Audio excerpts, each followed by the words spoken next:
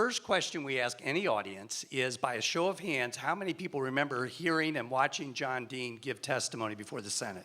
Everybody over 50. Yeah. We see. You've now told us your age. People, remember this. It is his testimony before the Senate, as we'll get into, was one of the most watched events in American history. You have the Kennedy assassination, the moon landing, and John Dean's testimony. Then he wrote 11 books. All of them are great books, but I can tell you, after listening to John Barrett yesterday, who is one of my favorites, best book for you to read on Supreme Court picks is John's book called The Rehnquist Choice.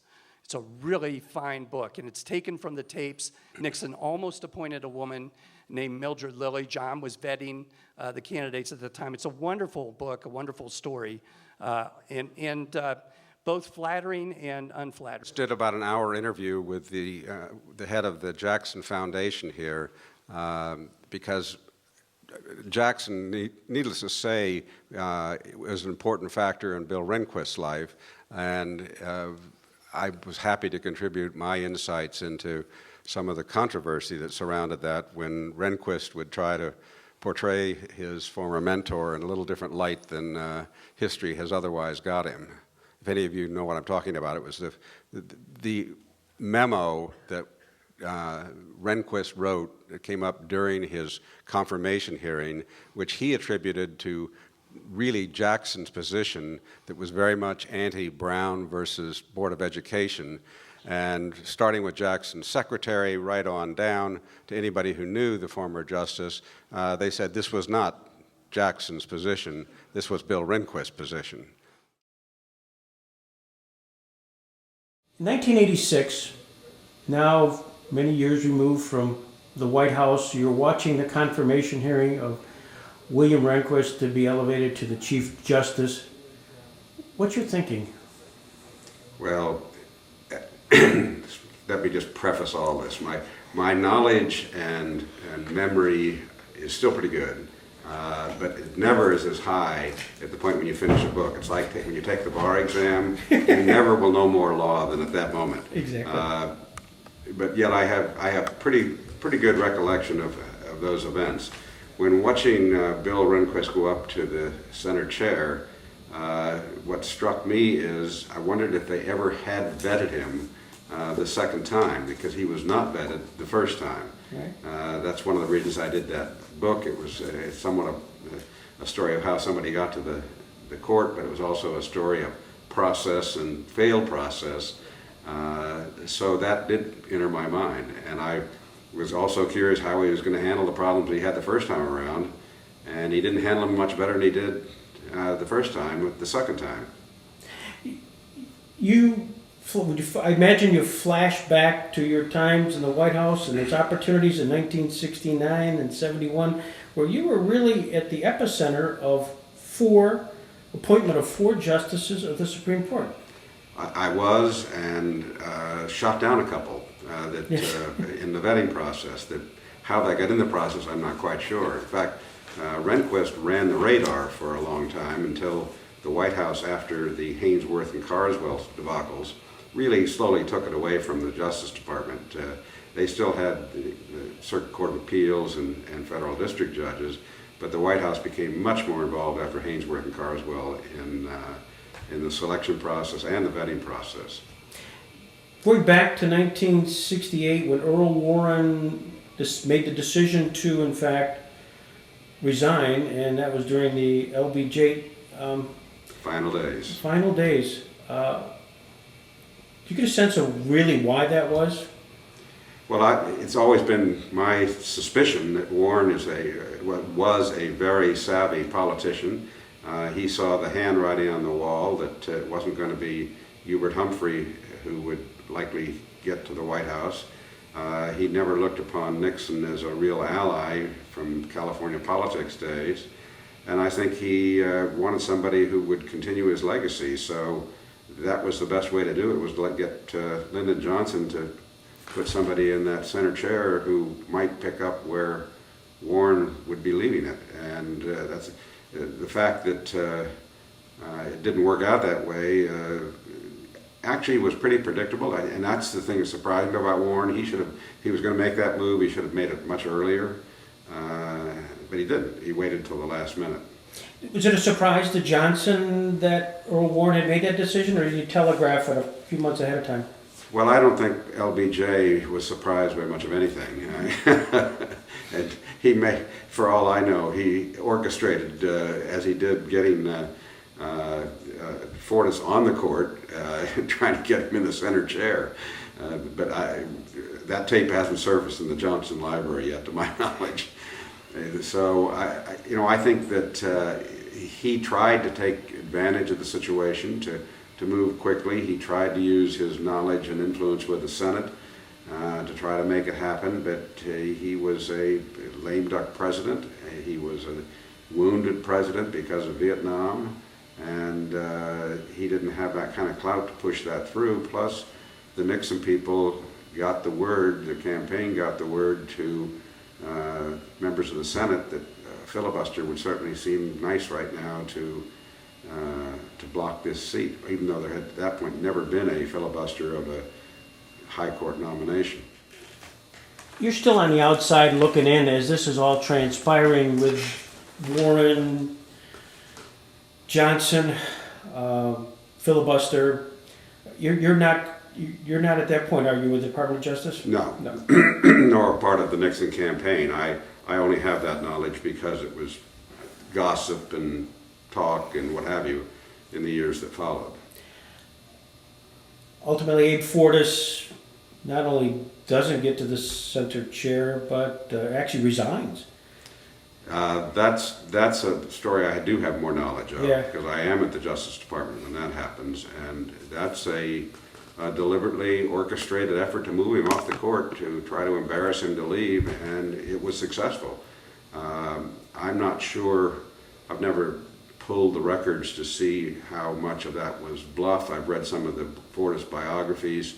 They don't really delve too deeply in it. There may be some records that are still around, and some of the players didn't really want to acknowledge what had happened, as well as clear as what did happen is they wanted another seat on the court, and so when they saw that potential, and I think it was the threat of opening a grand jury against his wife and his partner, that he didn't want even the grief of having that problem, that he decided just to step aside.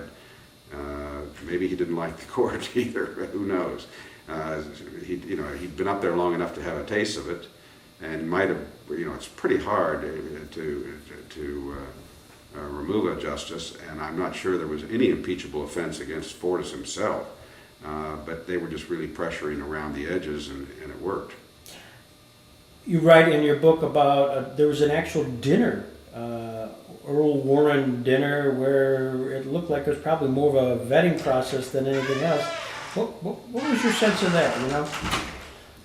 The dinner itself, which was. Right. I wasn't at the dinner. I was aware of the dinner. I was on the periphery of the preparations for the dinner.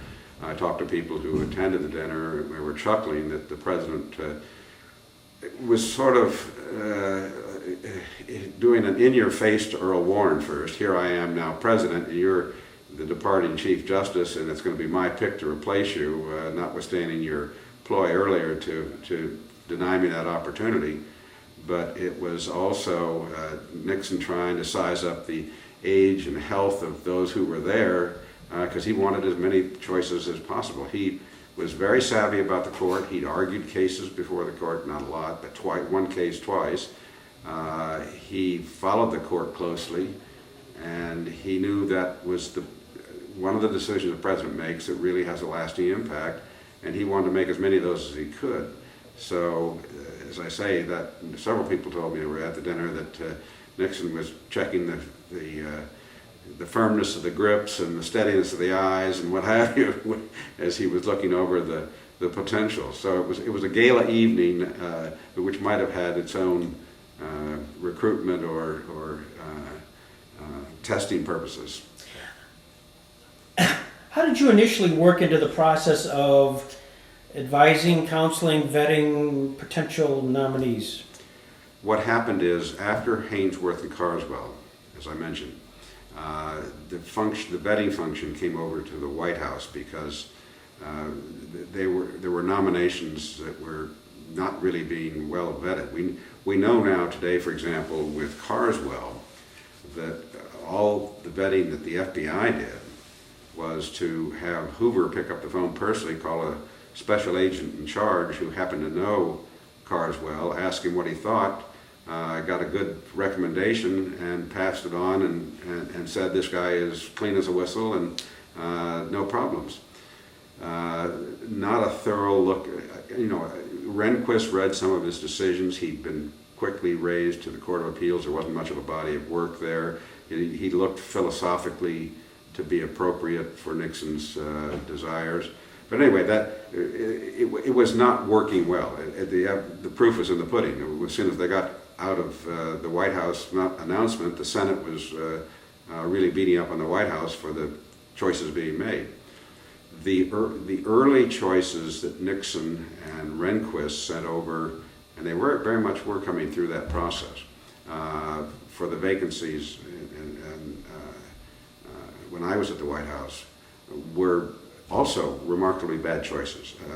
Not that they were bad people. For example, when they recommended Herschel Friday, who I thought initially was a Mitchell recommendation because he was a bond lawyer, and Mitchell had been a bond lawyer in New York, and they were old friends, only to learn later that it was a Berger recommendation that had come through Mitchell. Berger had met him long before he'd gone on the court when he'd been in the civil division of the Justice Department, and he thought highly of this man as a lawyer and as a potential colleague on the High Court. But I went down to Little Rock, where Friday was probably one of the best lawyers in town. If you were going to do a transactional deal, he's the guy you go to. If you're going to do a bond deal, he is. But when sitting down with him, I had another White House lawyer with me, David Young, and we just tried to have a casual conversation about the kinds of decisions that are rendered by the court and the issues likely to be focused on. They were things he hadn't thought anything about. And at one point in the conversation, when he turns to me and says, well, I'll say whatever you want me to say. And I thought, my God, this is the last thing you want a nominee for the High Court to say. So I called in the White House, and he was quickly removed from the list. But there were some other vettings that were, to me, a disappointment. I did Mildred Lilly, who I believe, particularly after doing the book on this and listening to all the tapes, Nixon really did want to put a woman on the court. John Mitchell was being pushed by his wife Martha. Richard Nixon was being pushed by Pat Nixon and his daughters to put a woman in one of those vacancies. And he was considering it. Some rather funny conversations that come up in the selection process. But they were serious. They thought it would be a historic move, and Nixon liked those historic first. So they came up with Mildred Lilly, and I was dispatched to California to do the interview to vet her.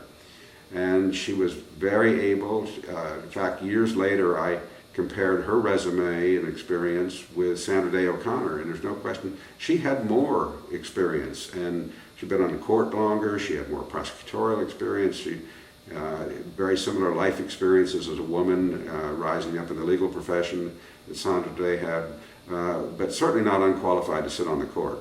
What happened is the ABA shot her down. Right. Warren Berger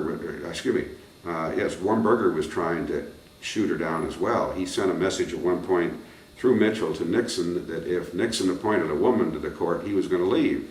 And Nixon, to his credit, said, you tell him to send his resignation on down if I do. He wasn't going to let Berger trump his selection abilities. So those kind of vettings were interesting. In fact, when I wrote the book, The Rehnquist Choice, I called her to tell her I was going to do the book. She was still on the court. She was in her 80s, the Superior Court of California. They call them justices at that level. And I told her, I said, Justice, I'm going to do this book. She said, you're going to do a book? And I said, yeah. I said, I promised myself when I got out of, I'm going to turn 60 in was ready to leave business, I was going to start writing. She said, "You're 60?" She still had me at 30. She said, "Well, John, let me tell you one thing. This getting old isn't for sissies now." And we had a nice reunion, and her clerks, she did pass away. She did not have a chance to see the book, but her clerks told me that she was thrilled that that story was going to be told. Were you surprised by the proactive nature of Warren Burger? He had a big role.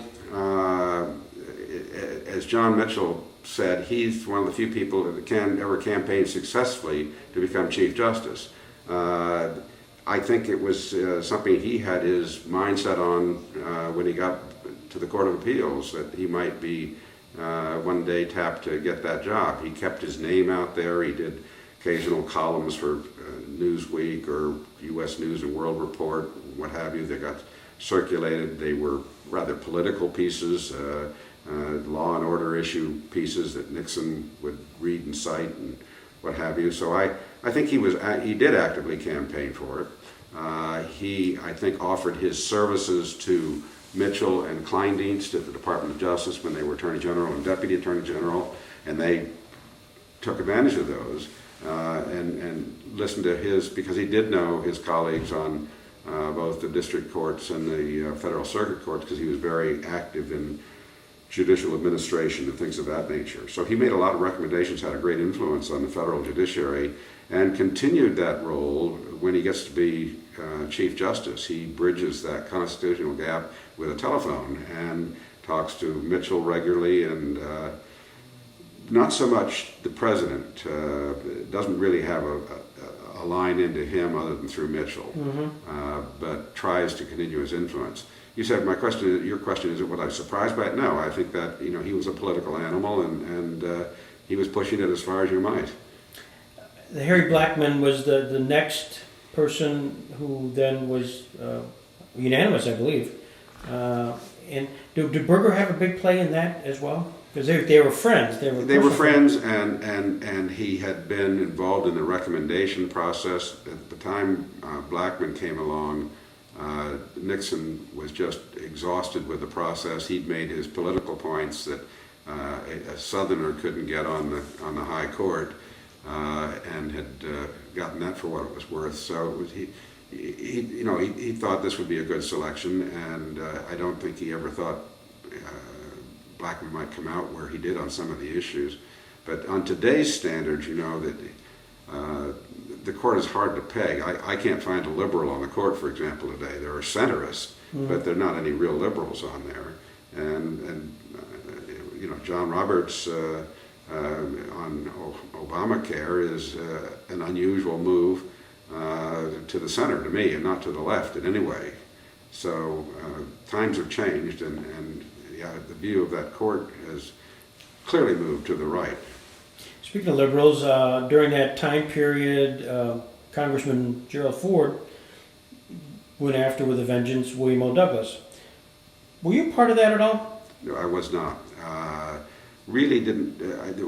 He was being. I understood Ford was being fed information from the Department of Justice, but not from my office. Not at that time. And I think I think Ford was asked to do that. He's never really addressed it in any of his writings or interviews that I know of, but he just said he just was outraged by the man, and it was his own idea. That may be the case. I don't know. I don't really have the answer to that. But it was part of a bigger picture of the effort to try to not just get appointments, but open seats, and that had been pretty consistent from day one. You observed that decision-making process by Nixon and his close associates. Were you part of that? I was not. I learned it really after the fact. I'm at the Justice Department during most of that, and it's just the sort of thing that when you get into the process and start talking to others, it seeped up. And not a lot of people have written about it. That's why I thought I ought to explain it in the book, to put sort of a bookend around the process that I really did delve in and was active in. Fascinating. So there you inherit, when you go over as General counsel to the president, inherit a situation where Abe Fortas, William O. Douglas, a lot of stuff has gone on in the Senate and the House. Does that create an environment which is just tough for the president to work with him? To work with whom? Well, the Senate and the confirmation process. You've sort of got this backdrop, but I think that's almost the backstory that you put in your book. The fact, well, the Republicans did not control the Congress, the Democrats, so there was just an inherent natural fight between the parties on any nomination at that level.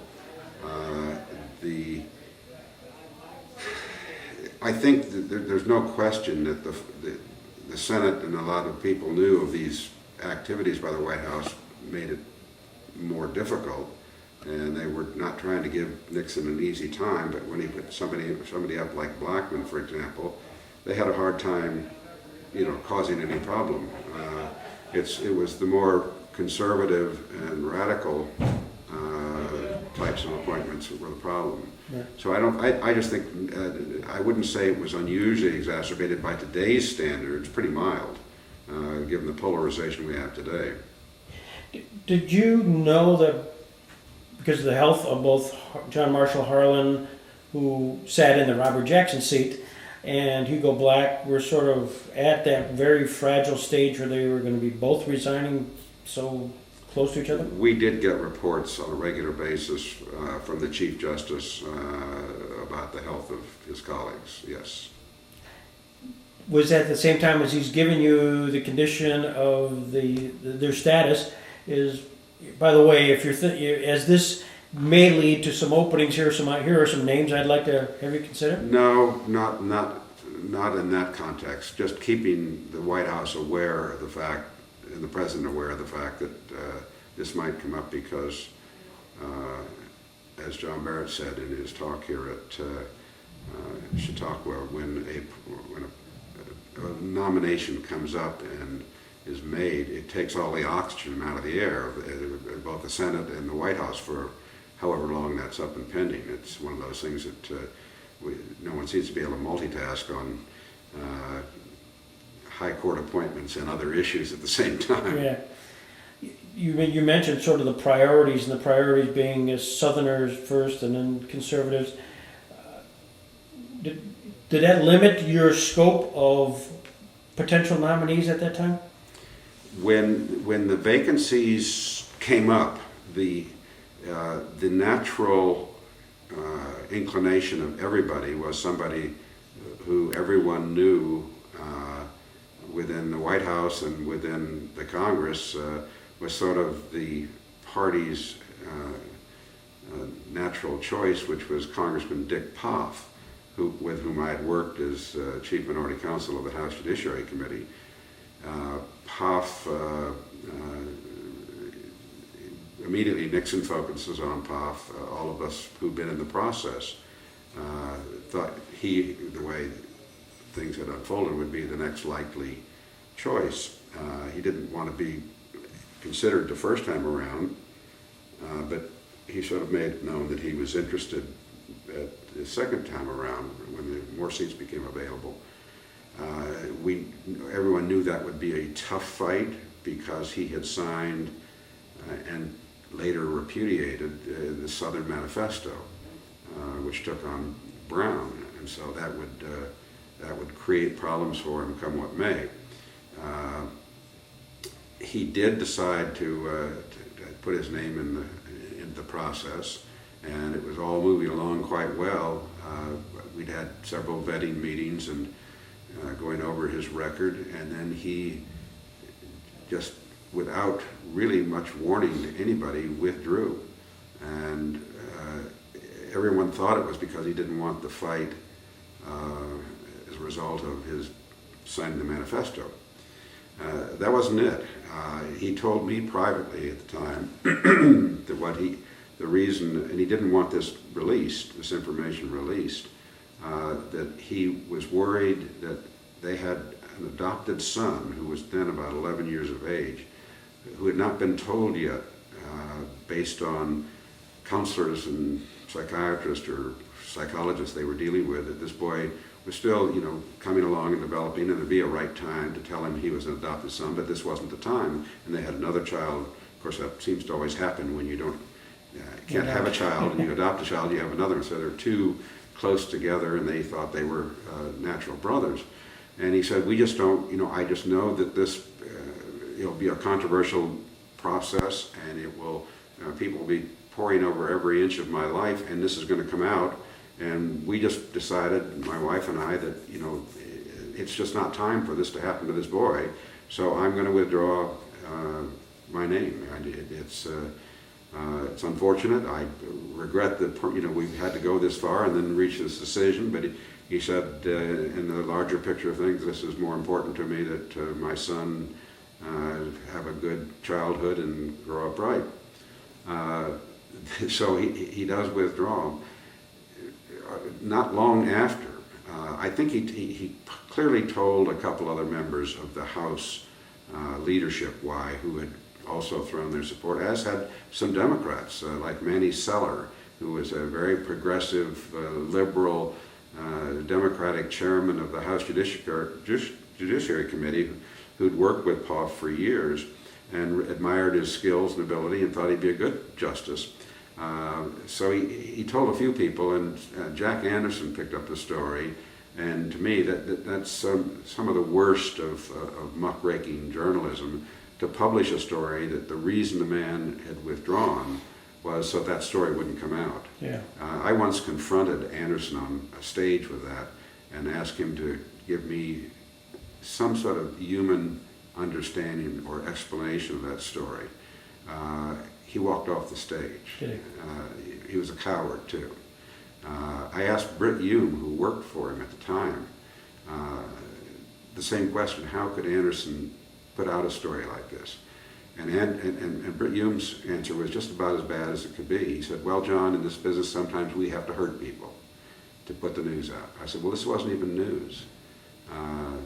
Anyway, that aside, that's why Poff didn't go forward, and the very reason that he withdrew ended up not getting major play, but it certainly got play and attention. Yeah. Howard Baker, does he resent how close he came to being? Well, I'm not sure he knew until my book came out that how close he was or wasn't. He knew it had been offered to him. What he didn't know is that while he dithered, it had been withdrawn from him, that the president had gone on and left him behind. So I have no idea whether he clearly at that time didn't want the job, because I think it was a matter of he had an education he had to pay for his children. He went and spent a day over in the chambers of a justice to see what it was like, and it's kind of, it takes a certain type of disposition and aptitude and what have you to fill these roles. And Howard may have thought he didn't have that really nature, that he was more of a politician and an activist than a judge and decider. His later job as White House Chief of Staff is certainly nothing like going on the court. So he doesn't seem to ever have wanted to go on any other court. Poff later would go on a court and distinguish himself on the Virginia Supreme Court and show that he really would have been an interesting justice. You settled on Lewis Powell. Was that a default? Safe default candidate? Powell had been on Nixon's list early on. In fact, one of the more interesting recorded conversations that I relied on in assembling the Rehnquist choice was Nixon's conversation with Powell. Nixon was terrible at that kind of thing, where he was trying to persuade somebody who was very able and what have you to take on an assignment, and because he didn't really want to hear the answer no. Powell fit so many of Nixon's criteria. He was a strict constructionist, whatever that meant. He was a Southerner. He would fulfill that campaign pledge of Nixon, and he would clearly an experienced, very competent lawyer. Nixon would get credit for putting a good choice up on the bench. So that conversation is one of the more interesting conversations.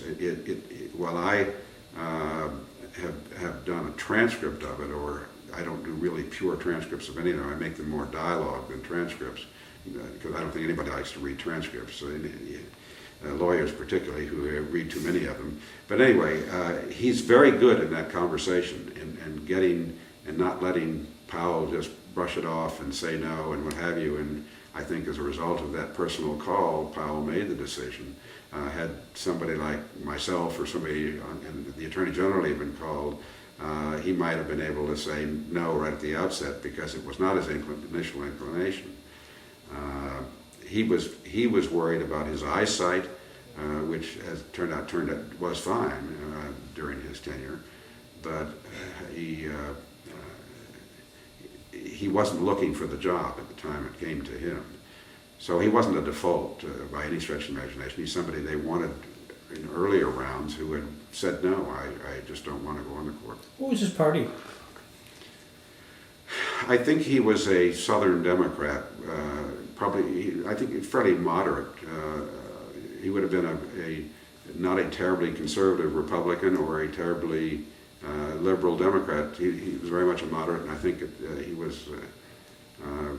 Nixon is very interesting. Nixon pays no attention to party affiliation. He says, I don't care what their party is. So he wasn't looking as necessarily a party payoff, but rather he's looking for a philosophy and a region and what have you. You, in your book, and one other thing, one of the things that is interesting, one of the reasons I was among those pushing POF is when Harlan left, we had no longer anybody who had true Capitol Hill experience, and it's even gotten worse as years have passed, where particularly those who come up through the clerking process, the lower court process, then the Supreme Court, they really have no knowledge of the way the Congress works. Right. And it would be very helpful occasionally to have somebody there who say, let me tell you how it really goes down up here. And they don't have that. And that's a missing element.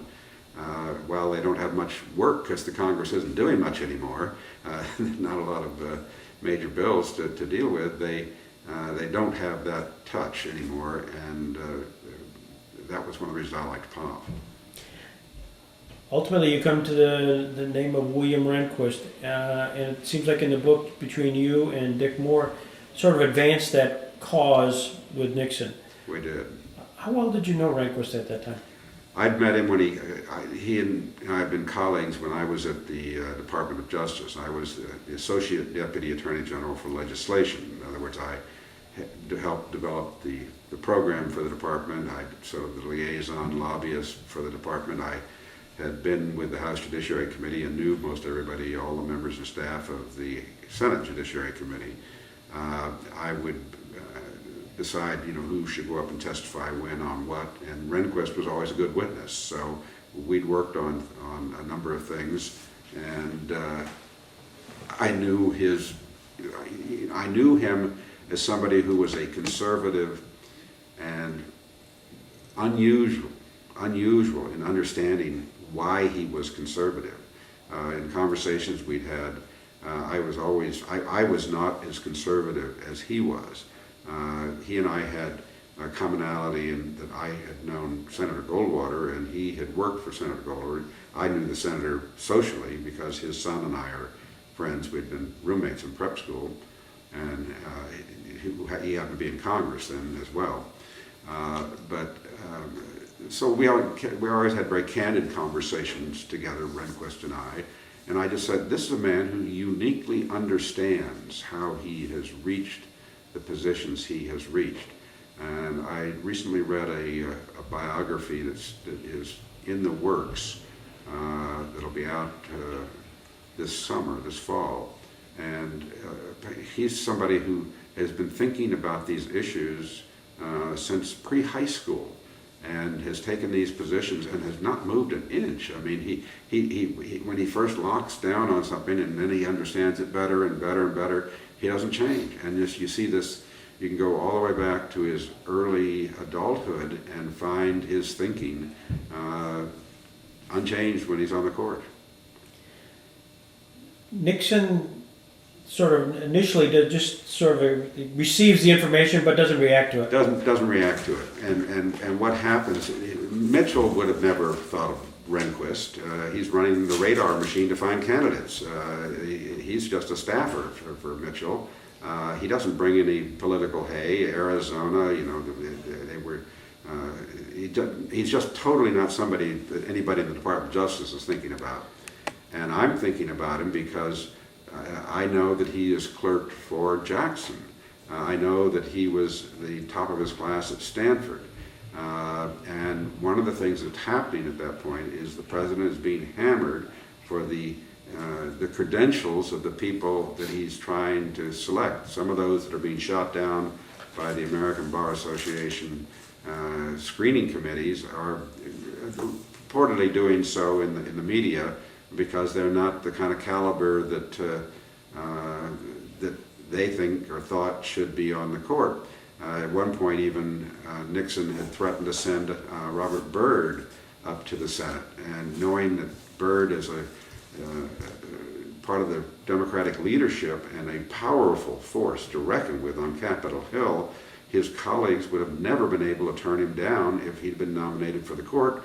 And Byrd had a big enough ego to think that he might belong on the court, even though he'd had never passed a bar exam, to my recollection. He had gone to night school at American University, and it was sort of a catch-as-catch-can legal education. Fancied himself as a historian of the Senate and something of a constitutional scholar, but was pretty extreme in many of his views. And everybody knew that no one would take on this poison pill that Nixon would throw at them. And Nixon had great fun with this and was half serious about punishing them for turning down all of his nominees by putting Byrd out there, because he, as I say, they just couldn't refuse him in the Senate. He would have been, probably as high a vote as you could get, because he would punish anybody. If he didn't make it, they'd be in big trouble in the years that come ahead. So by the time that I'm pushing Rehnquist's name, it's largely on his credentials. I know Bill's extremely intelligent.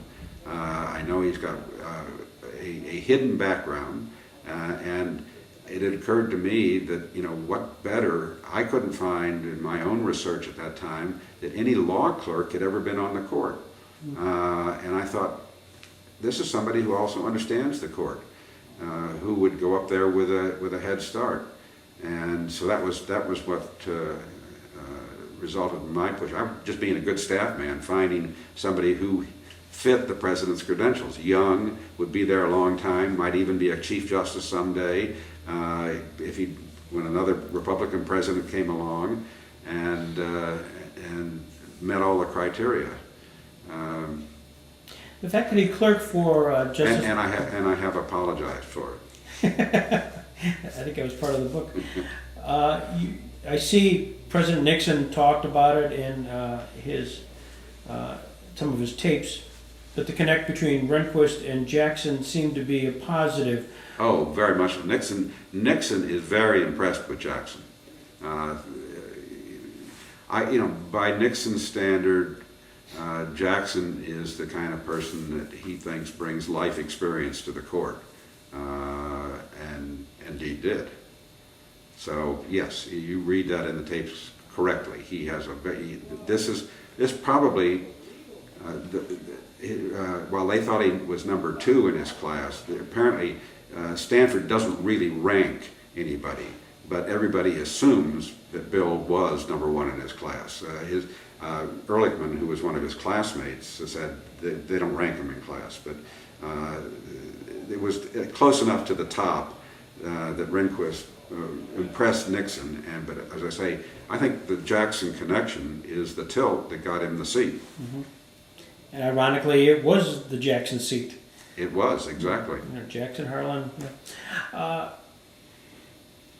When the call was made to Rehnquist saying that, or the introductory call was made, did he see that coming? No, not at all. I wasn't there. Dick Moore later told me about it. They just kind of popped it on him, and he called his wife, and literally had a matter of hours to decide. And he wasn't about to turn it down, but he had no conception that his name was even in play, and was, I'm sure shocked. And I suspect because later people like Rehnquist, people like Kleindienst would take credit for getting his name, who had nothing to do with the process. And if you look at the tapes, he has nothing to do. Senator Goldwater, who called the president, thought he might have been the trigger, but yet if you look in the sequence of things, it just rolls right off of Nixon when he hears the name Rehnquist, which he can't even pronounce, nor can Goldwater, who knows him, get straight. It's one of those. It's a tough name, and they go back and forth. And Barry Sr. can't think about it. He's making the recommendation, and so he thought later that he might have been the person who put him on the court. So there were a lot of people took credit for a success that happened in a very odd and just unanticipated way. I don't take credit for it because I just happened to have a conversation and said, if the president wants somebody that meets his criteria, here he is. And it just fits all corners. And that was my stance on it. Then he goes before the confirmation hearing, and but the other thing is he's never vetted as a result of this process. Nixon does not even tell his chief of staff, Bob Haldeman, who gets wind of it from Dick Moore, who is talking to me about it, because Dick is asked to do some work on it, and he doesn't even know where a copy of Martindale Hubble is to get any background. He said, do we have one in our, and he said, I can't talk, he said, you know what I'm talking about. I said, I know what you're talking about. And he said, I might have let the cat out of the bag with Haldeman because he didn't know, so don't tell anybody I talked to you. I've been sworn to secrecy. So there are like three of us in the building, the president, Moore, and myself, and then Haldeman learns it from Moore, assuming Haldeman knows all. And Haldeman calls me and says, has anybody vetted this guy? And I said, no, other than the fact that he, went through a background check at the FBI when he got justice job. Now we get the confirmation hearing. And seemingly going along nicely. There are a couple of bumps dealing with the issue of Arizona voting, to maybe some activities by Rehnquist. And then Newsweek sort of breaks a story. When that came out, did you have a sense of that? No, and that's what a good vetting process would have done. That's the sort of thing we would have picked up, and rather than the hearings had actually closed, as I recall, when that story broke, and because there was a big issue about whether Eastland, who really was helping the department in controlling the hearing, would open it up again, and the decision was made not to open it up again where anybody could question him on it, but rather he would just send a letter for the record. It's not, the initial letter is not even a sworn document, so that's the way it unfolds. It happens after the hearings have closed. When you saw the letter, did it make much of an impression on you? It was curious. I would have liked to have asked, I would have liked to have better understood. And to me, I thought that it's the sort of thing Bill should have raised. Because he knew the way this process worked. He, not only from his prior days, but from being involved with several confirmations by this time. It was a little slick of him not to raise and bring up issues that might pop up. But he apparently thought he either didn't think about it, which is possible, or he thought he'd rather not. It really, in 1971, other than Newsweek running it, and there was some political hay after the confirmation hearing had been closed, did it get much play or just on the floor of the Senate? Yeah, and not overly so in the debate, but that's where what kept it alive for a little longer is the members of the Senate, both on the floor and those who didn't want Nixon to pull a quick one, would keep raising it. but it seemed to come up more, flashing back to the beginning of our interview, 1986, when the confirmation of the Chief Justice, that's when... Much bigger issue when he's going to the middle chair. Right. And that was my curiosity as to how, clearly he had not been under oath when he responded to explain the letter. I had serious questions about the letter, the way he addressed it at the time. He'd never been pressed on it. I had problems because I had some friends in Arizona who told me, yeah, Bill used to try to block voters. And I thought he was disingenuous, if not dissembling, the first time around on those issues as well. Mm-hmm. Let me put it this way. I was so disappointed with his confirmation proceedings, the first one, that when invited to go over to the little celebration, I didn't go. Mm-hmm. I regretted being part of it by that time. This is 71, of course. Yes. Did you ever get any blowback from Bill Rehnquist? That, you guys were certainly close colleagues. Did he react to all of this? As this was floating through the Senate, became part of the argument in 1971? Not blowback. I talked to him a couple times during the process, but he knew it was pretty well greased by Eastland, who was a powerful chairman of the Senate Judiciary Committee. Kleindienst was working closely with Eastland and tossing a few bourbon and waters down every night or two along the way. So he had no reason to be concerned that Eastland couldn't get it all the way through the Senate. Right. And Eastland was a very candid, blunt read on the situation and knew how those that were going to be in trouble and those that weren't. So I don't think Bill was ever worried he was not going to get through once it went through the committee. In the world of Robert Jackson, it's interesting, and just a little backdrop. Rehnquist opened our facility at the Robert Jackson Center, which is in Jamestown, New York, because of the relationship, certainly. And he did permit us to do an interview with him, but only on pre-prepared questions. And certainly there were certain things which were off limits, and this was one of them. And I'm not sure he's ever discussed it anywhere. Never did. Yeah. And refused to ever find himself in a situation where someone could engage him and press him on these issues. So he knows he didn't get away with it, but he also knows that he got his turn on the court and had a tremendous influence on the system. How this will play out over the long pull, I don't really know. It's pretty disquieting that he would turn on, in a sense, one of his early mentors and try to lay off his own, what he realized was somewhat tortured thinking on somebody who was a pretty clear thinker. It's something above a cheap shot, and it's something below a dirty trick. It's I don't know where it fits in there. And there was a lot of reaction from not only his secretary, but other law clerks who really came to Justice Right. Jackson's defense. And This might be why Rehnquist had such a violent reaction to Edward Lazarus' book on the Supreme Court, where Supreme Court clerks were talking, because he had seen what a clerk could do to a justice, because he'd done it. Mhm. He tried to do it to Jackson, Yeah. but the record was just too overwhelming to ever make it stick. But it was pretty disappointing behavior.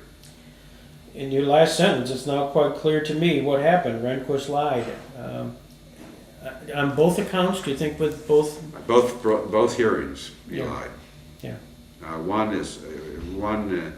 because the material on I think he lied about denying Arizona citizens the right to vote in both proceedings, and he misrepresented in his letter, which was not a sworn letter, but he was stuck with that position, took to it, and just so boldly lied and committed perjury to get his seat. He was still alive when this book came out. He was. In fact, I had my editor send a copy, FedEx, the night it was off the press. So I said we were not expecting a reaction or a comment. Just wanted him to know, and we were not going to blindside him when it came out. What was fortunate for him is the timing of the book. It had been shipped about 10 days before the 9/11 attacks. As a result, the book, which might have made a real splash, disappeared.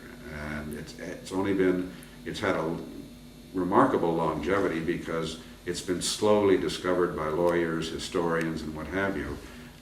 And we'll never have a record like this again of how a president selects justices with this tape material and somebody able to interpret it.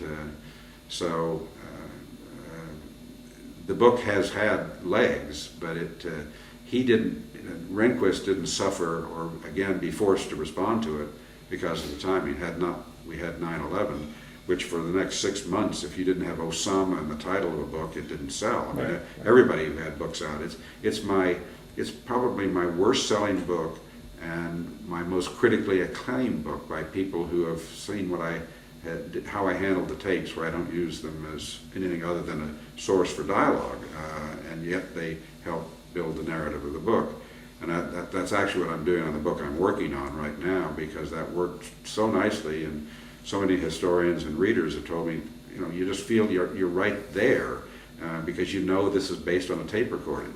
So it's an interesting way to read a book, and wonderful source for writing a book. I found it just so riveting, maybe in the business of having been involved with the H.ckson and the clerks a lot. It's fascinating, so congratulations. What's your book you're doing now? I'm doing a book, my publisher's got me back doing a Nixon book, and I'm trying to understand how a certainly intelligent man and a very savvy political person could have so botched his presidency just time and time again, and it's based on the tapes. When I started the project, I figured most all the important Watergate information had been transcribed. That was a bad assumption because there are about 400 partial transcripts out, of which maybe a dozen are fully transcribed in good transcripts.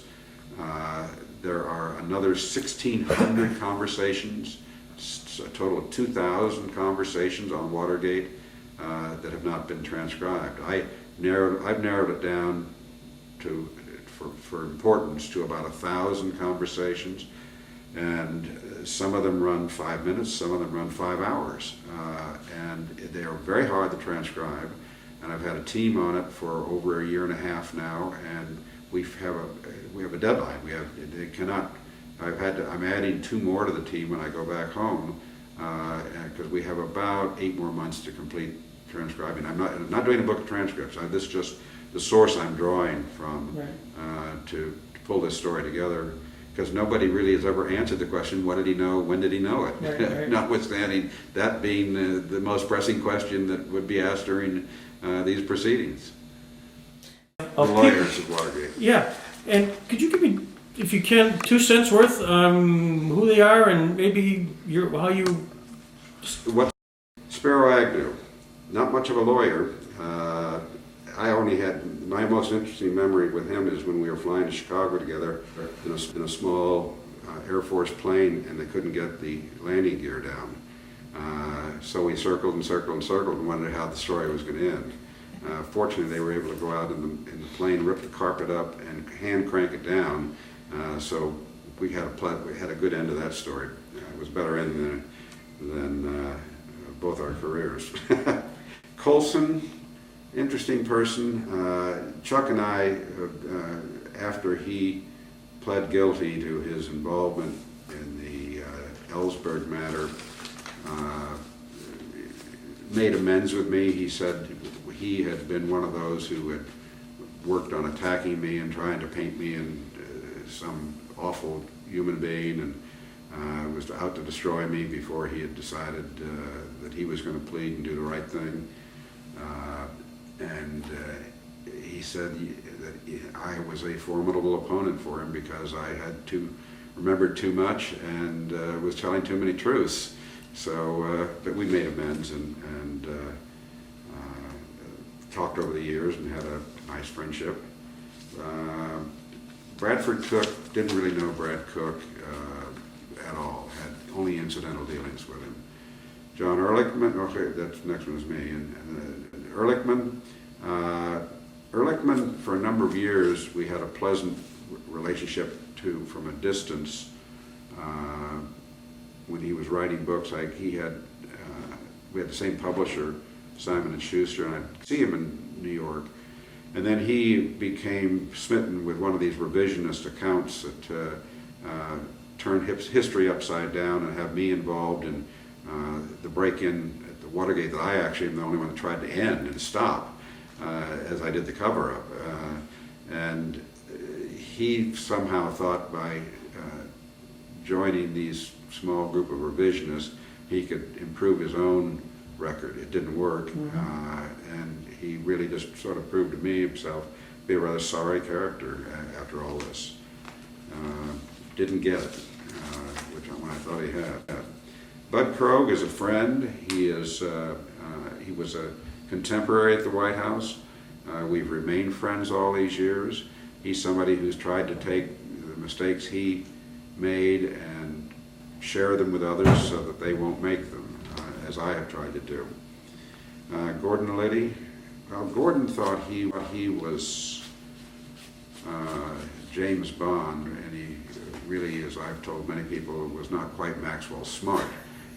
He's a fool, and he's one of the ones that had a clear criminal mentality when he got to the White House, and he still does.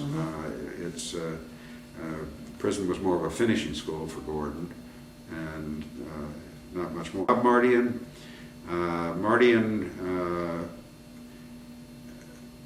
The White House always was troubled by him because he was so aggressive and always so over the top in everything he did. He really was fairly peripheral in Watergate, and when he saw trouble, he tried to back out of it as fast as he could, but he was already in. He would never, his case would get overturned after he got convicted by a jury of being part of the Watergate cover-up conspiracy. His lawyer got ill during the proceedings, and as a result, he was never retried, which was probably the right decision. Harry Sears, we don't know Harry at all. Don Segretti, don't know him other than the fact that, but for the Washington Post coverage, he probably never would have been convicted of a crime that nobody had ever been convicted of before, which was failure to identify himself on campaign literature. Some of the stuff he did was actually funny, some of it was not so funny. His mission was to really do to Nixon's opponent what had been done to Nixon in prior years. It was pranksterism, but it got carried away a little bit. Don has had a successful career as a lawyer in Orange County. John Mitchell, kind of a tragic figure. He didn't want to be Attorney General. Nixon convinced him to do that job. Ehrlichman was constantly trying to undercut him as Attorney General because he wanted to be Attorney General and was closer to the throne and was in a position he could undercut Mitchell on a lot of issues. Why he ever approved Liddy's plans, I'll never know. There's no question in my mind he did, because he personally told me he had late in the game. So, as I say, he was always good to me, but I actually think he was way over his head as Attorney General. Haldeman, Ehrlichman, Mitchell, none of them really understood Washington. They were all from elsewhere in other businesses and walks of life. Nixon obviously did. And as it happened, I did. I'd been there long enough to really know how the city worked. They played it wrong on almost every count on their dealings with Congress and the way the machine works in Washington. So he's something of a victim of playing in a league he really wasn't ready for, although he was would have been great had he stayed in New York and probably would have gotten a lot of good bond deals out of the Nixon presidency. Nixon never saw him again after Watergate. He breached his relationship with most everybody who was involved. Haldeman was slow to come back to him. Ehrlichman and he never spoke again. I understand he and Mitchell remained friends, but he's a very complex man. As I'm doing a book on him now, I'm beginning to understand, listening to him with different people, how different he is with different people. Kalmbach, Let me just ask a question. You know, there's a in the World War II history studies, Hitler, there's the Führerprinzip, you know, where he just let an individual know that much, nobody knew the same amount of information. Is there a tie-in to something like that? no. No. Kalmbach was one of Nixon's personal lawyers and a fundraiser. He really didn't have a very close personal relationship with Nixon. In fact, Nixon won't hire a really knowledgeable criminal lawyer until he leaves the White House, which is bizarre. That's one of the reasons he got himself in the trouble he did. Right. One of the first things I suggested when Watergate happened is, we need to get somebody in here who's got knowledge of the criminal law. I sure don't, and nobody else did. That's one of the reasons that so many lawyers got on the wrong side of the law. No one is even thinking about it. I'm going to talk about that in our lecture today. Right. Kleindienst, it's very interesting listening to the tapes on Kleindienst because they don't like him at the White House. The only reason he got the job as Deputy Attorney General was because of Mitchell, who did like him and because thought he was very competent. He was sort of a shoot from the hips type person. Didn't think through things very deeply.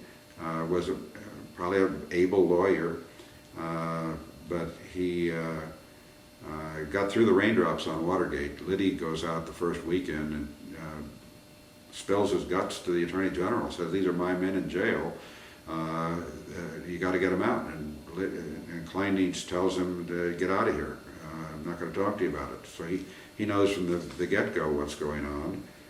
Tells me a few days later that he'll never prosecute John Mitchell as long as he's Attorney General. So, you know, he again is a victim of things that nobody could have anticipated.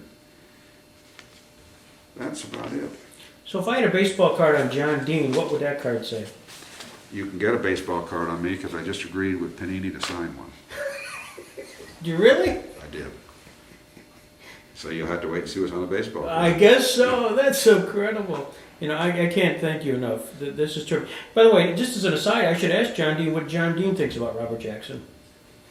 Greatly admired. He's everything I read the Barrett blog and look forward to the full manuscript because he's a fascinating historical figure, not just as a justice, but even his whole relationship with FDR and career as a lawyer is really a rather interesting time. So you've got a nice niche to be looking and making sure we don't forget that life. Well, it's been very fascinating. And in this ABA article, they say, they quote, "Good God, Dean recalled thinking we're all going to prison." Is that something you actually said, or is that something hyperbole over time, or do you remember? I'd have to see which This is the ABA. Yeah. I'm sorry.